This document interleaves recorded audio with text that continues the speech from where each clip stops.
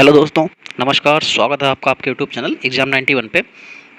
चलिए दोस्तों, देखिए हम लोग जो पेट जो है आपका अभी बीच में एक सेट पेपर आने के बाद दूसरा सेट पेपर रुक गया था, क्योंकि कुछ टेक्निकल इशू आ गए थे, लाइट नहीं आ रही थी, पीडीएफ बनाने वाले जो है गड़बड़ हो गए थे, सारी चीज़ें कुछ सब इधर का उधर हो गया था, तो उस वजह से कुछ चीज़ें हो नहीं पा रही थी, तो जिस वजह से ये कंप्लीट नहीं हो पाया था। लेकिन अब हम लोग जो है इसको दोबारा से लेके आए हैं, और अब हम लोग जो है क्या स्टार्ट करेंगे। अब यहाँ पे हम लोग जीएस, हिंदी और इसमें जितने भी सब्जेक्ट होते हैं उनका सबका एक सेट पेपर एक आपको अलग से एक में मिल जाएगा, और आपका जो मैथ, रीजनिंग और डीआई का पोर्शन जो होगा वो सब एक में मिल जाएगा।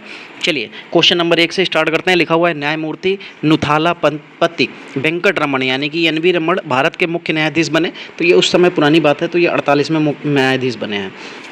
क्वेश्चन नंबर 2 में लिखा हुआ, निम्नलिखित में से कौन सा अधिकारी मौर्य प्रशासन का भाग नहीं होता है। कौन सा अधिकारी मौर्य प्रशासन का भाग नहीं था। चलिए, अग्रहरिक, युक्त, प्रादेशिक और रुज्जुक। तो यहाँ पे ये 3 दे रखे हैं, युक्त, प्रादेशिक और रुज्जुक, ये तीनों थे, लेकिन ये अग्रहरिक नहीं था। 3 नंबर, हस्तांतरण के लिए आरक्षित भूमि को मुगल काल में क्या कहा जाता था। जो हस्तांतरण के लिए आरक्षित जो भूमि को मुगल काल में क्या कहा जाता था। मदद ए माश, जुएर गुल, पायबाकी, जिसको पायबाकी भी कहा जाता था, इनमें से कोई नहीं। तो जो मुगल काल में आरक्षित भूमि जो थी उसको क्या कहा जाता था, जो पायबाकी या पायबाकी कहा जाता था। चलिए 4 नंबर देखिए, ठगों के दमन में निम्नलिखित में कौन संबद्ध है। ठगों के दमन में निम्नलिखित में से कौन संबद्ध है। General Henry Prendergast, Colonel Sleeman, Alexander Burnes और कैप्टन रॉबर्ट पेम्बरटन। तो इनमें से कौन सा जो है इससे संबंध है ठगों के दमन से। तो कर्नल स्लीमैन जो थे ये ठगों के दमन से जुड़े हुए थे। 5 नंबर, सर टॉमस मुनरो किस भू राजस्व बंदोबस्त से संबंधित थे। तो ये किससे दोस्तों संबंधित थे। स्थायी बंदोबस्त, महालवाड़ी बंदोबस्त, रैयतवाड़ी या दहसाला। तो ये रैयतवाड़ी से जुड़े हुए थे। 6 नंबर देखिए, 8 अगस्त 1942 को कांग्रेस के विशेष अधिवेशन में भारत छोड़ो आंदोलन के लिए प्रस्ताव पारित किया गया। यह अधिवेशन कहाँ आयोजित किया गया था। लाहौर, कलकत्ता, बम्बई या सूरत। तो जो 8 अगस्त 1942 को 8 अगस्त 1942 को कांग्रेस को जो विशेष अधिवेशन था, क्योंकि ये अधिवेशन इनके तो ये साल पे एक बार साल में होता था, लेकिन ये विशेष अधिवेशन लगाया गया था 8 अगस्त 1942 को। ये विशेष अधिवेशन था, ये भारत छोड़ो आंदोलन के लिए प्रस्ताव पारित किया गया था। ये बम्बई में अधिवेशन हुआ था, वहाँ पर ही इसको प्रस्ताव को पारित किया गया था।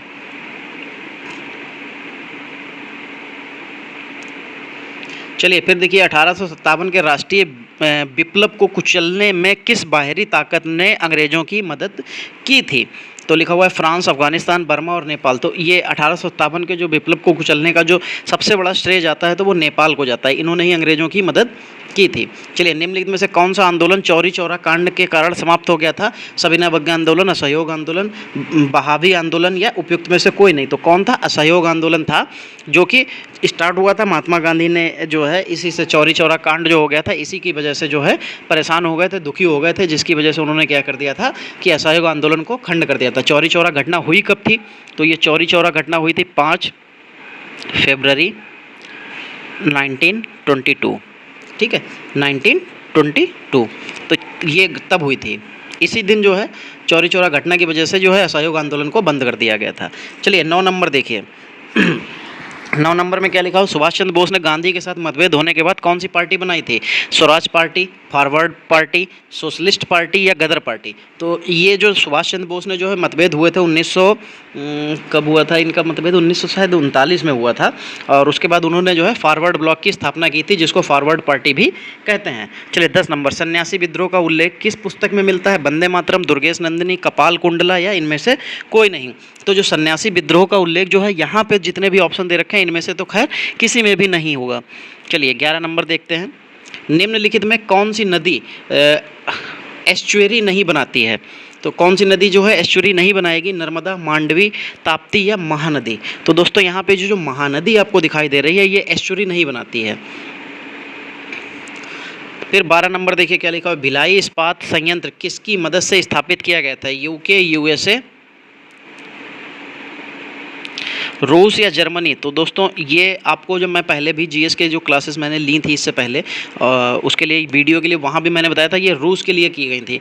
संसार का सबसे बड़ा नगरीय समूह कौन सा है?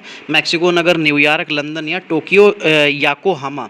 तो संसार का सबसे बड़ा जो नगरीय समूह पूछा जाएगा तो टोक्यो याकोहामा जो लिखा हुआ है ये जापान में पड़ेगा, यही सबसे बड़ा नगर है। चलिए 14 नंबर देखिए क्या लिखा हुआ है। भारतवर्ष में सर्वाधिक वर्षा क्षेत्र में होती है पश्चिमी घाट, हिमालय क्षेत्र तथा मेघालय, मध्य प्रदेश तथा बिहार, उत्तर प्रदेश, हरियाणा तथा पंजाब, आंध्र प्रदेश तथा विदर्भ। तो भारतवर्ष में जो सर्वाधिक वर्षा है वो किस क्षेत्र में होती है? तो पश्चिमी घाट, हिमालय क्षेत्र तथा मेघालय का जो एरिया है, इसलिए मेघालय में जो आपको है चेरापूंजी भी मिल जाएगा, तो यहीं पर सबसे ज़्यादा वर्षा होती है। चलिए, पश्चिम की ओर यात्रा करने वाले जहाज के कैप्टन ने 90 डिग्री पश्चिमी देशांतर पर स्थानीय समय 10 घंटे सोमवार लिखा। यदि उसके जहाज की गति वही है जो पृथ्वी के घूर्णन की है तो अंतर्राष्ट्रीय तिथि रेखा पर वह किस स्थानीय समय पर और दिन को प्राप्त होगा? तो 4 सोमवार को, 10 सोमवार को, और या 10 मंगलवार को या 16 मंगलवार को। तो मतलब वो लिखा हुआ है उसने कि पश्चिम की ओर यात्रा करने वाले, क्योंकि देखिए जब पृथ्वी में क्या होता है कि जब पूरब की ओर पश्चिम की ओर यात्रा करते हैं तो इनमें समय का अदला बदली हो जाता है, समय का हेर फेर हो जाता है, तो इसीलिए लिखा है पश्चिम की ओर, इसीलिए उसने लिख दिया है कि पश्चिम की ओर यात्रा करने वाले जहाज के कैप्टन ने 90 डिग्री पश्चिमी देशांतर पर स्थानीय समय 10 घंटे सोमवार लिखा, यानी कि 10 घंटे सोमवार लिखा है। उसके जहाज की गति वही है जो पृथ्वी के घूर्णन की है, तो अंतर्राष्ट्रीय तिथि रेखा पर वह किस स्थानीय समय और दिन को प्राप्त करेगा? तो क्या लिखाएगा? 4 घंटे सोमवार को, 10 घंटे सोमवार को, 10 घंटे मंगलवार को या 10 घंटे 16 घंटे मंगलवार को। तो 4 घंटे वो सोमवार को दिखाएगा। इसका देखिए एक फार्मूला होता है, वो अभी यहाँ पे एक्सप्लेन करना थोड़ा सा मुश्किल पड़ जाएगा, उसको बोर्ड पे बहुत अच्छे से समझा सकते थे। खैर अब जब कभी दोबारा कभी बोर्ड पे मैथ वैथ वगैरह के टाइम पे या कभी कुछ ऐसा फिजिक्स का कोई क्वेश्चन आएगा तब हम आपको ये एक्सप्लेन कर देंगे। चलिए 16 नंबर, यदि दी हुई समय अवधि में कीमतें तथा मौद्रिक आय दोनों दुगनी कर दी जाएँ तो वास्तविक आय क्या होगी? यदि एक दी हुई समय अवधि में कीमतें तथा मौद्रिक आय दोगुनी कर दी जाए तो वास्तविक आय क्या होगी? दोगुनी हो जाएगी, आधी रह जाएगी, परिवर्तित रहेगी। कीमतें वास्तविक आय को प्रभावित नहीं करती। उसने लिखा हुआ यदि एक दी हुई समय अवधि में कीमतें और मौद्रिक आय दोनों दोगुनी कर दी जाए तो वास्तविक आय क्या होगी? कोई परिवर्तन नहीं होगा, वो अपरिवर्तित रहेंगी। चलिए फिर यहाँ पे 17 नंबर देखिए क्या लिखा हुआ है। 17 नंबर में लिखा हुआ है 1991 में नई मौद्रिक नीति में अपनाई गई मुख्य रणनीति थी। कौन सी जो है उसमें रणनीति अपनाई गई? उदारीकरण, निजीकरण, वैश्वीकरण और उपयुक्त सभी। तो भैया ये सभी थी, उदारीकरण भी अपनाई गई थी 1991 में, निजीकरण और वैश्वीकरण, तो यानी कि उपयुक्त सभी हो जाएगा। 18 नंबर, भारत सरकार द्वारा योजना और गैर योजना व्यय के बीच का अंतर समाप्त किया गया। किस में समाप्त किया गया?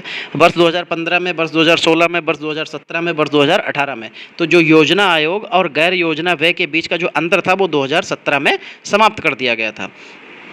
बाकी देखिए कल से जो है आपको इसका प्रैक्टिस सेट अलग अलग में देने की कोशिश करूंगा जिससे ज़्यादा क्वेश्चन आपको मिल सकेंगे, क्योंकि क्या है ना कि अगर आपको एक में ही करा रहा हूं तो आपको यहाँ पे देखिए हिंदी और जो हमारे पास जीएस का पोर्शन है वो थोड़ा सा कम मिल पा रहा है, तो वो सही भी नहीं है। और उसको देखिए ज़्यादा करने का बस एक ही तरीका है कि आप ज़्यादा से ज़्यादा क्वेश्चन कीजिए, क्योंकि ज़्यादा क्वेश्चन करेंगे तो भाई पेपर में आपको ज़्यादा क्वेश्चन अटैम्प्ट हो पाएंगे और आपकी परसेंटाइल अच्छी हो पाएगी।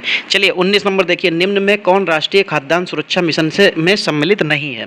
देखिए गेहूं, तिलहन, चावल, दलहन या चावल और दलहन। अच्छा ठीक है, तो जो राष्ट्रीय खाद्यान्न सुरक्षा मिशन के अंतर्गत नहीं आता है वो तिलहन नहीं आते हैं। ठीक, दालें भी आती हैं, गेहूं भी आते हैं, चावल भी आते हैं। 20 number, national stock exchange of India का प्रवर्तक कौन है? तो लिखा हुआ भारतीय स्टेट बैंक, LIC और GIC, IDBI या उपयुक्त सभी। तो जो नेशनल स्टॉक एक्सचेंज जो है उसके जो इंडिया का प्रवर्तक जो है ये 3 के तीनों दे रखे हैं, तीनों हो जाएंगे। 21 नंबर लिखा हुआ है भारतीय संविधान के किस भाग में संघीय न्यायपालिका का उल्लेख है? भाग 2, भाग 3, भाग 4 या भाग 5? तो भाग 5। 22 नंबर, जिला प्रशासन के कितने भाग हैं? 22 नंबर में क्या लिखा हुआ है? जिला प्रशासन के कितने भाग हैं? 3, 6, 5 और 8। तो जिला प्रशासन के दोस्तों 5 भाग होते हैं। ठीक, जिसमें आपका जिला पंचायत, नगर पालिका, न्याय पंचायत, नगर और ये नगर पंचायत, इस तरीके के जो होते हैं अभी, तो इस तरीके के पूरे टोटल 5 होते हैं। चलिए फिर देखिए यहाँ पे संविधान स्टार्ट हो रहा है कि 23 नंबर में देखिए क्या लिखा हुआ है, भारतीय संविधान के किस भाग में पंचायती राज से संबंधित प्रावधान है। पंचायती राज के बारे में कहा गया है तो भाग 6, 7, 8 या 9। तो भाग 9 में जो है पंचायती राज है और 9 का में शायद नगर पालिका है। चलिए 24 नंबर देखिए, भारतीय संविधान का अभिभावक कौन है? राष्ट्रपति, प्रधानमंत्री, सर्वोच्च न्यायालय या निर्वाचन आयोग। तो अभिभावक का मतलब है कि उसका जो है संरक्षण कौन करता है, उसको देखरेख कौन करता है, उसके संरक्षण कौन करता है, तो सर्वोच्च न्यायालय करता है। तो यहाँ पे सर्वोच्च न्यायालय सही हो जाएगा।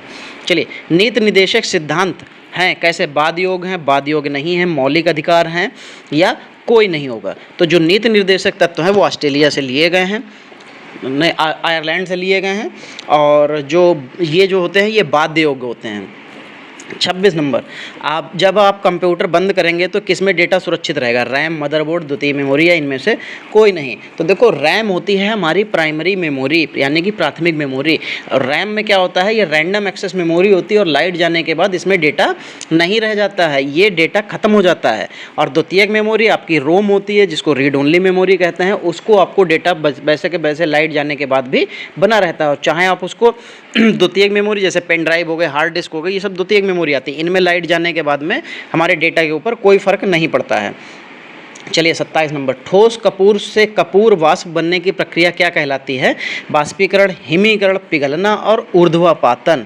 तो ये जो ऊर्ध्वपातन लिखा हुआ है यही होता है कि जब डायरेक्ट ठोस से गैस में बदल जाए, ठोस को जो है वो जल में या कह सकते हैं द्रव में ना बदले और सीधे डायरेक्ट गैस में बदल जाए, तो उसको ही ऊर्ध्वपातन कहते हैं। और ये कपूर ही एक ऐसा कपूर होता है, ये आप इसको जो है ऐसे रखिए खुले में और आप देखेंगे कि ये एक समय ऐसा आएगा कि जब ये कपूर बिल्कुल गायब हो जाएगा, तो ये क्या हो जाएगा? ऊर्ध्वपातन हो जाएगा।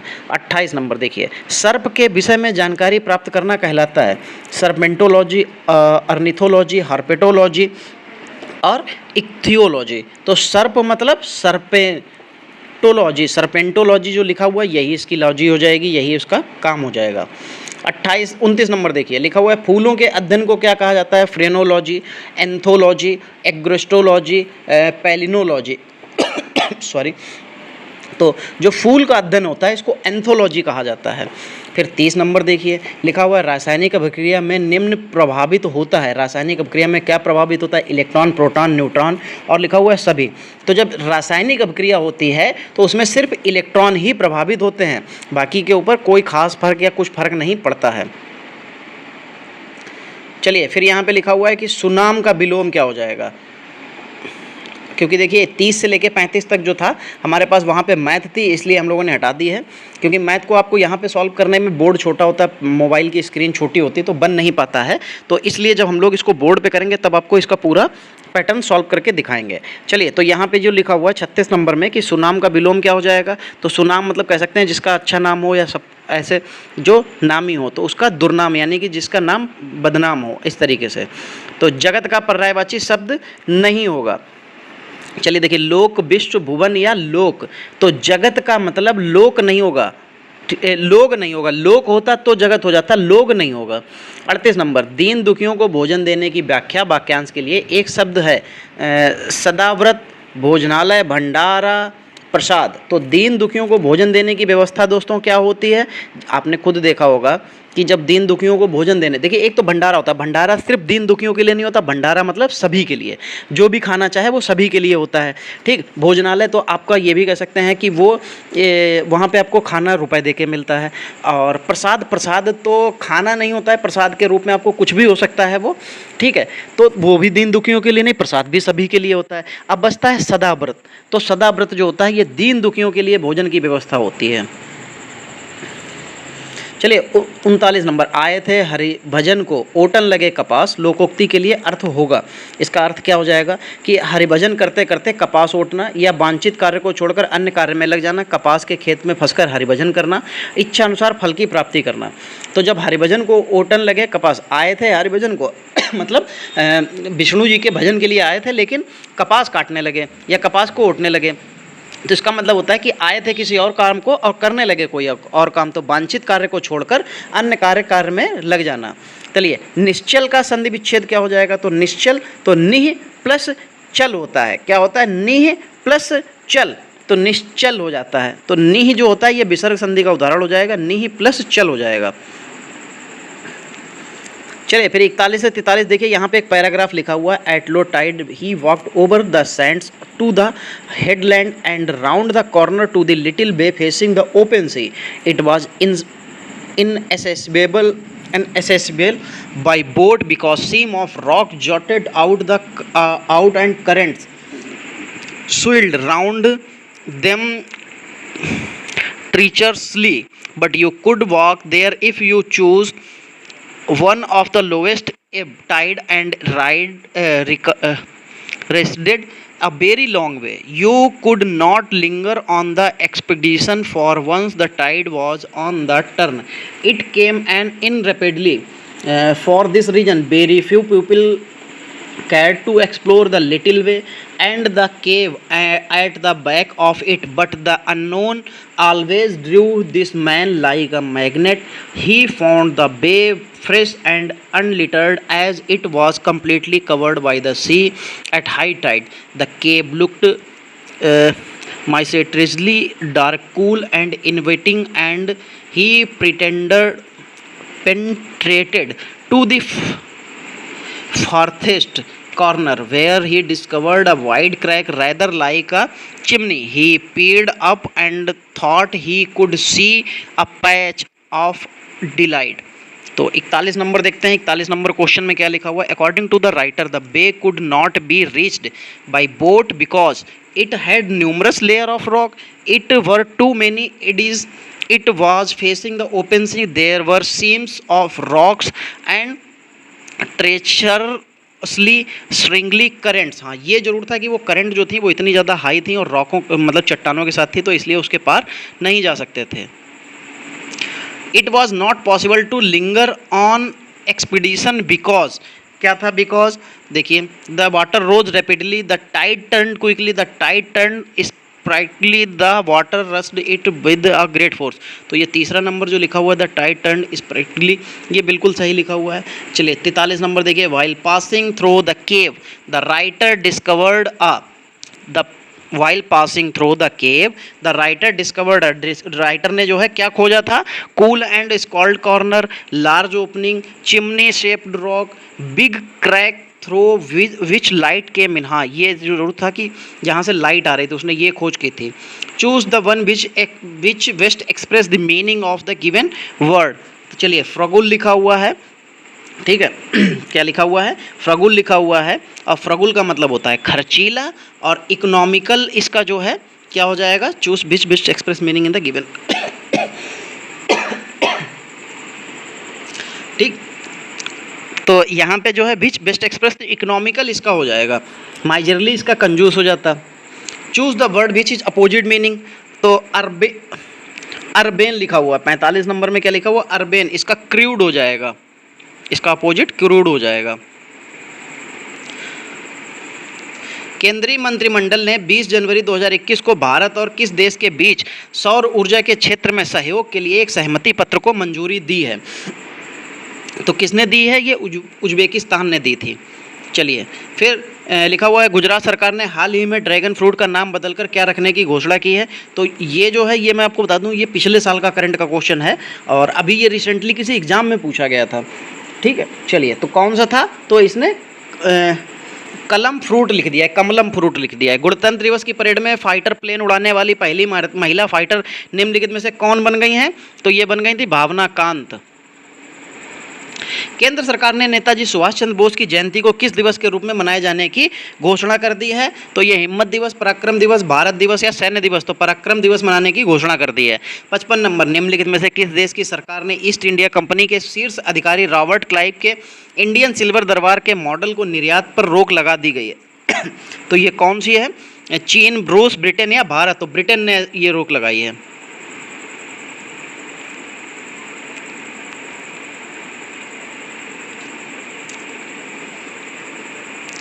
अमेरिका के ओपन स्काई संधि के से अलग होने की घोषणा के बाद किस देश ने भी इस संधि से वापसी की घोषणा की है, तो ये है रूस और अमेरिका वैसे भी कट्टर विरोधी हैं।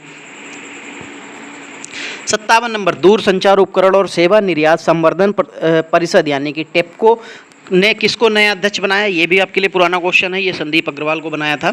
58 नंबर देखिए क्या लिखा हुआ है, आरबीआई ने हाल ही में डिपॉजिट रेट के मानदंडों का उल्लंघन करने पर दिग्गज डायश बैंक एजी पर कितने करोड़ रुपए का जुर्माना लगाया है, तो ये 2 करोड़ रुपए का जुर्माना लगाया था। गोवा में आयोजित होने वाले 51वें भारतीय अंतर्राष्ट्रीय फिल्म महोत्सव में किस देश को कंट्री इन फोकस देश के तौर पर चुना गया है, तो ये किसको चुना था, ये बांग्लादेश को चुना था। दुर्लभ धातु वेनेडियम किस भारतीय राज्य में पाया गया है, तो ये जो वेनेडियम जो है ये किस राज्य में दोस्तों पाया गया है, तो ये अरुणाचल प्रदेश में पाया गया। और ये वेनेडियम को आप जो है ब्लैक पैंथर वाले से मत जोड़ लीजिएगा कि उसके वहाँ क्या मिलता था, ऐसे ही वहाँ पे भी एक चीज़ मिलती है। चलिए, नेपाल भारत के किस राज्य का पड़ोसी देश नहीं है, लिखा है मध्य प्रदेश, उत्तर प्रदेश, छत्तीसगढ़ और कर्नाटक। अब आप खुद सोचिए कि यहाँ पे लिखा है कि किस देश का पड़ोसी देश है, तो उत्तर प्रदेश के तो 7 जिले वहाँ से लगते भी हैं, बाकी किसके, मध्य प्रदेश तो बिल्कुल इधर साइड में पड़ेगा, बंद है, छत्तीसगढ़ बहुत दूर है, कर्नाटक भी दूर है, कोई नहीं मिलेगा इससे। चलिए, कनाडा की राजधानी यहाँ पे पूछी जा रही है कि कनाडा की राजधानी बहुत बार आ चुकी है, ओटावा है कनाडा की राजधानी। चलिए, 63 नंबर में देखिए क्या लिखा हुआ है, साधारण विधेयक से संबंधित गतिरोध को दूर करने के लिए संसद के दोनों सदनों की संयुक्त बैठक कौन बुलाता है, तो भैया संयुक्त बैठक तो आपको पता होगा हमेशा राष्ट्रपति ही बुलाता है। अध्यक्षता कौन करता है उसकी, तो उसका जो अध्यक्ष होता है वो लोकसभा का ही अध्यक्ष होता है।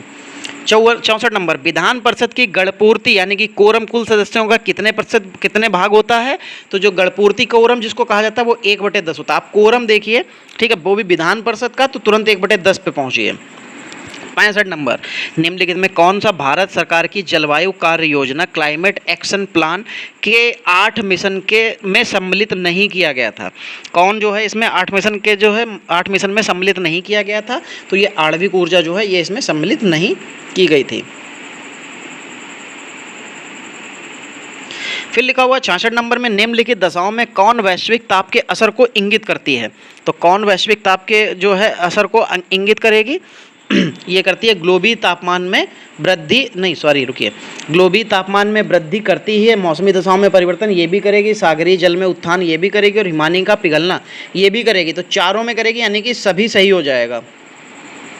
WTO यानी कि वर्ल्ड ट्रेड ऑर्गेनाइजेशन, इसका मुख्यालय पूछा जा रहा है कहाँ है, तो इसका मुख्यालय भाई दोस्तों जिनेवा में है।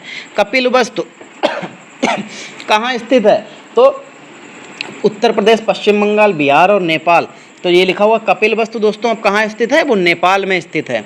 चलिए, फिर लिखा हुआ है सूफी संत ख्वाजा मोइनुद्दीन चिश्ती का जो उर्स मनाया जाता है वो कहाँ से मनाया जाता है, मतलब कहाँ मनाया जाता है, तो लिखा हुआ है फतेहपुर सीकरी में, आगरा में, अजमेर में, बिहार शरीफ में। तो मोइनुद्दीन चिश्ती की जो है उर्स का जो है अजमेर में ही मनाया जाता है, बाकी वहाँ से स्टार्ट भी हो चुका है, अब तो बहुत जगह हो गया। केंद्रीय पक्षी विज्ञान अनुसंधान संस्थान कहाँ पर है, हिसार, इज्जत नगर, नागपुर, कोचीन, तो दोस्तों कहाँ पड़ेगा, वो तो इज्जत नगर बरेली में पड़ जाएगा। फिर देखिए यहाँ से निम्नलिखित गद्यांश को पढ़कर नीचे दिए गए प्रश्नों के 71 से 75 तक का जो है उत्तर देना है। चलिए, देश की हित चिंता में जिसने शरीर पर थोड़े से वस्त्र रखना ही अपना कर्तव्य समझा, जो छीड़काय होकर भी महान आत्मा का स्वामी था, उस मोहनदास करमचंद गांधी को हमारा नमस्कार हो। वही महात्मा था, वही राष्ट्रपिता था। नए भारत के निर्माण में जो कार्य उन्होंने किए वह स्वर्णाक्षरों में लिखा हुआ है। उन महान आत्मा की भौतिक देह पिस्तौल की गोलियों से 30 जनवरी 1948 को समाप्त हो गई। सत्य अहिंसा के पुजारी उस महात्मा को हमारा प्रणाम। गांधी जयंती महात्मा गांधी का जन्म दिवस है। यह प्रतिवर्ष 2 अक्टूबर को मनाया जाता है। अच्छा, महान आत्मा का स्वामी कौन था, तो मोहनदास करमचंद गांधी, ये बाकायदा साफ साफ लिखा है, यही हो जाएगा। गांधी जयंती कब मनाते हैं, 2 अक्टूबर को। छीड़काय का अर्थ क्या हो जाएगा, छीड़काय का अर्थ दोस्तों हो जाता है जो दुबले पतले शरीर का होता है। देखिए, तीनों क्वेश्चन अभी तक तो बहुत सरल आए हैं। सत्य और अहिंसा किसके हथियार थे, तो नेहरू, नाथूराम गोडसे, सरदार वल्लभ भाई पटेल और गांधी जी। तो सबको पता है कि जो सत्य और अहिंसा था वो गांधी जी का था। 75 नंबर, गांधी जी के द्वारा किए गए कार्य किस में लिखे जाएंगे, इतिहास में, स्वर्णाक्षरों में, संविधान में, पुस्तकों में, तो स्वर्णाक्षरों में। संविधान में लिखे जाने वाली इनकी कोई ऐसी कहानियाँ या कविताएँ थी नहीं जो संविधान में लिखी जाएँ। चलिए फिर देखिए यहाँ से 60 से 76 से लेके 80 के बीच में जो है ये भी हमको पैराग्राफ दिया है, इसको सॉल्व करना है। चलिए देखिए, हमारे अंतःकरण में प्रिय के आदर्श रूप का संगठन उसके शरीर या व्यक्तिक मात्र में आश्रय से हो सकता है, पर श्रद्धेय के आदर्श रूप का संगठन उनके फैलाए हुए कर्म तंतु के उत्पादन से होता है। प्रिय का चिंतन हम आँख मूंदे हुए संसार को भुलाकर करते हैं, पर श्रद्धेय का चिंतन हम आँख खोले हुए संसार का कुछ अंश सामने रखकर करते हैं। यदि प्रेम स्वप्न है तो श्रद्धा जागरण है। प्रेमी प्रिय को अपने लिए और अपने को प्रिय के लिए संसार में से अलग करना चाहता है। प्रेम में केवल 2 पक्ष होते हैं, श्रद्धा में 3। प्रेम में कोई मध्यस्थ नहीं होता है, पर श्रद्धा में मध्यस्थ अपेक्षित है। प्रेमी और प्रिय के बीच कोई और वस्तु अनिवार्य नहीं है, पर श्रद्धालु और श्रद्धेय के बीच कोई वस्तु चाहिए।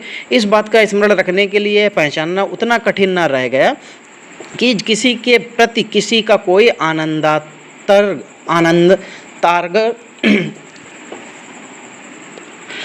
अंतर्ग भाव, प्रेम या श्रद्धा। यदि किसी कवि का काव्य बहुत अच्छा लगा, किसी चित्रकार का बनाया चित्र बहुत सुंदर जचा और हमारे चित्त में उस कवि का चित्रकार के प्रति एक सुहृदय भाव उत्पन्न हुआ, तो वह श्रद्धा है, क्योंकि यह काव्य का प्रचित्र रूप मध्य रूप प्राप्त हुआ है। 76 नंबर, श्रद्धालु और श्रद्धेय के बीच कौन सी तीसरी वस्तु चाहिए? श्रद्धालु और श्रद्धेय के बीच कौन सी तीसरी वस्तु चाहिए? तो देखिए, ये पैराग्राफ हम लोग एक बार कर चुके हैं, ठीक है, और ये आज फिर से रिपीट हो गया है। ये देखिए 2 प्रैक्टिस सेट में लगातार आ चुका है। तो यहाँ पे श्रद्धेय के महान कार्य यही इसमें पैराग्राफ में बताया गया था। यदि प्रेम स्वप्न है तो श्रद्धा जागरण के लेखक का क्या अभिप्राय है? यदि प्रेम स्वप्न है और श्रद्धा जागरण से क्या अभिप्राय हो जाएगा? प्रेम सोच विचार कर नहीं किया जाता, जबकि श्रद्धा जो है सोच विचार कर की जाती है। ये बिल्कुल सही हो जाएगा।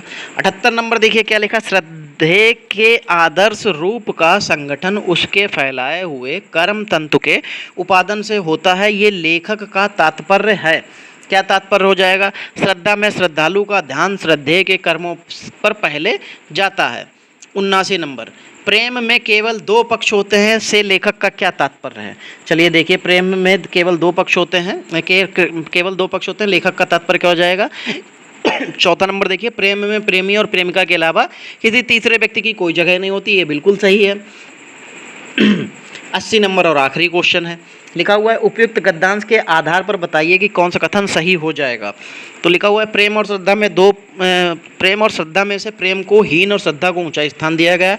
प्रेम और श्रद्धा के बीच अंतर का आकलन किया गया है। प्रेम और श्रद्धा दोनों के महत्व का आकलन किया गया है और प्रेम और श्रद्धा दोनों को सामाजिक कहा गया है। तो भैया प्रेम और श्रद्धा के बीच अंतर का आकलन किया गया है, यही इस पैराग्राफ में बताया गया था। चलिए दोस्तों देखिए, हमारे जो पूरे जो इसके जितने भी क्वेश्चंस थे लगभग अगर देखा जाए तो 20 और 5 25 और 5 30 क्वेश्चन तो हमारे उसके निकल जाते हैं। रीजनिंग के 5 और 5 क्वेश्चन आपके मैथ के, 10 और 20 क्वेश्चन आपके DI के, 30 क्वेश्चन ये निकल रहे हैं। 30 क्वेश्चंस को हम लोग बाद में जो है प्रैक्टिस सेट में देख लेंगे। उसके अलावा जो आपके सामने ऑप्शन आते हैं ये 70 क्वेश्चन, तो ये 70 क्वेश्चन जो आपको मैंने कराए हैं ये आपके लिए इंपॉर्टेंट है। और देखिए ये क्वेश्चंस ऐसे ही बनते हैं। लास्ट ईयर भी मैंने जब प्रैक्टिस सेट कराए थे उन प्रैक्टिस सेट से आपको बहुत ज़्यादा अच्छे तरीके से फंसा हुआ था। तो आप लोग भी इसको अभी से फोकस करके लग जाइए और अभी से जुड़ जाइए, क्योंकि अगर आप लोग अभी से लग जाते हैं तो आगे जाके आपके यही प्रैक्टिस सेट आपको एक अच्छे नंबर की तरफ लेके जाते हैं। चलिए दोस्तों, आज की क्लास को यहीं पे समाप्त करते हैं। अगर आपको सेशन अच्छा लगा है तो वीडियो को लाइक और शेयर कर दीजिएगा। बाकी अगर आप चैनल पे फर्स्ट टाइम आए हैं तो चैनल को सब्सक्राइब करके लाइक कर लीजिएगा, ठीक है, और बेल आइकन को ऑल पे क्लिक कर लीजिएगा, जिससे सभी नोटिफिकेशंस आपको मिलते रहें। चलिए दोस्तों, आज की क्लास यहीं पे समाप्त करते हैं, मिलते हैं अगली क्लास में। तब तक के लिए जय हिंद दोस्तों।